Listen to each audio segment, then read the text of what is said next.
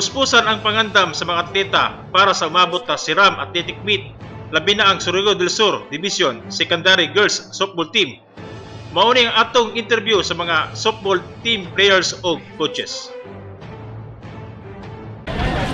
May buntag, kamusta inyo? Sir, ako din si Alvin, ang nyo po sa TNTV6, si Barry na mong kameraman. Kasi ngalan mo, sir? Ako si Glenmark Angkla, taga Inatuan. Saan na eskwelahan, sir? Inatuan National Comprehensive High School. Bali, ikaw ang coach dito, sir? Assistant coach ko ni Ma'am Maricel. Kasi ngalan mo, ma'am? Maricel from Inatuan National Comprehensive. Puro taga Inatuan mo. Kamusta nga itong training sa itong mga bata karon para sa sila, ma'am? Kinig sa softball. So far, so good, man. Okay naman po ang ilang training. They are trying their best to cope up with the training. Okay. Bali, secondary ni sila? High school. High school. So, softball team din, no? Softball team sa Surigao del Sur. Tapos, last year, sila gyapon na grupo o bago din sila? May bago na graduate. So, may bago pa rin ng mga selection sa lain. Okay, pakibaw na ko, sir. Bago lang na siguro nahuman ang provincial meet, diba? Ito last January, diba? Last month. So, tapos, bali, selection ni siya. Bali, sa inyong eskwelahan, pila ka bukang nakarga para sa regional meet? 9 sa Inatuan National Comprehensive High School, isa sa Tagbina National High School, isa sa Carpinito Integrated School, o isa sa Madrid National St. Michael's. Okay.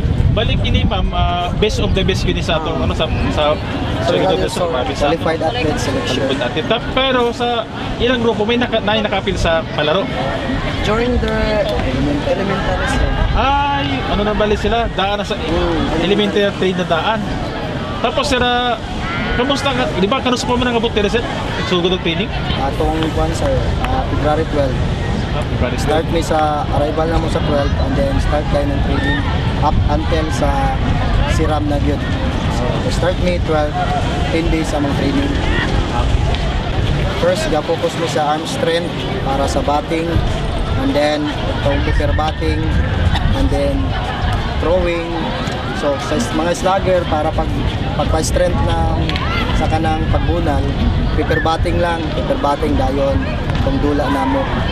So, and then arm strength, focus good para mas ligo ng mas kusgan ng unang. Tapos sir, sa defense nila, sir? Sa defense, number 1 mo gina? Number 1 sa defense na mo, sir. Focus yun lang yun, support kita na, support sa first base, mo-support, pinanglan na i-support yun sa likod. And then, if masipyat sila during sa among training, nagana mo sila o punishment at sa 10 lang ka-push up, palikon po na silang arm. And then, kapag maka-anticipate sila, makabalo sila na sayop yan sila kung masayop sila. Kapip sila. Kapip. Pero sa karon, usay pinanguha ang ganyan na makamedal jud ni karon. May target. Target na mo karon. Kasi nga sa inyong team captain?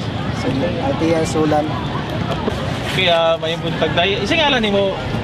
Ayang ate akong isulang, sir. Sa school? Natuan National Comprehensive High School. Okay. Bali, ikaw ang team captain o ang catcher. Kung sa mga istorya nimo sa imo mga inyong training karon, sa iyong mga kaubanan, sa iyong mga... Una, sir, bagtik, laban na dito, sir, para sa Caraga Regional Athletic. Okay.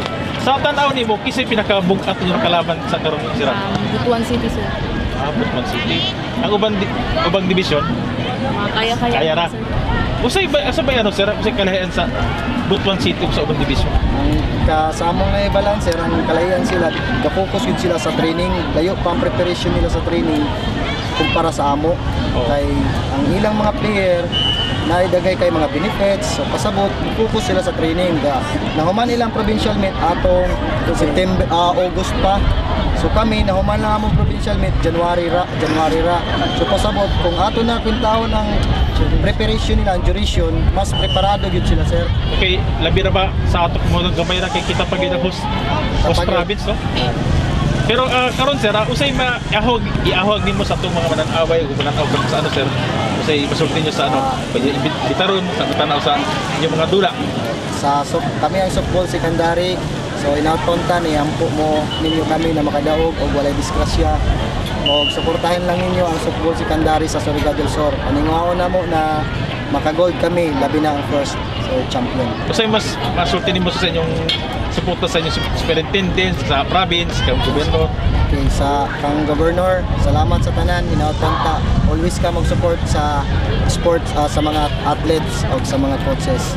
So para po porsigihan namo ang among pag-training para makatagmig dungog sa Surigao del Sur. Okay, salamat sir. Gikan diri sa Surigao del Sur Sports Complex, uban si Baren Experosa, kini si Alvin Anyonebo para sa TNTV6 Balita.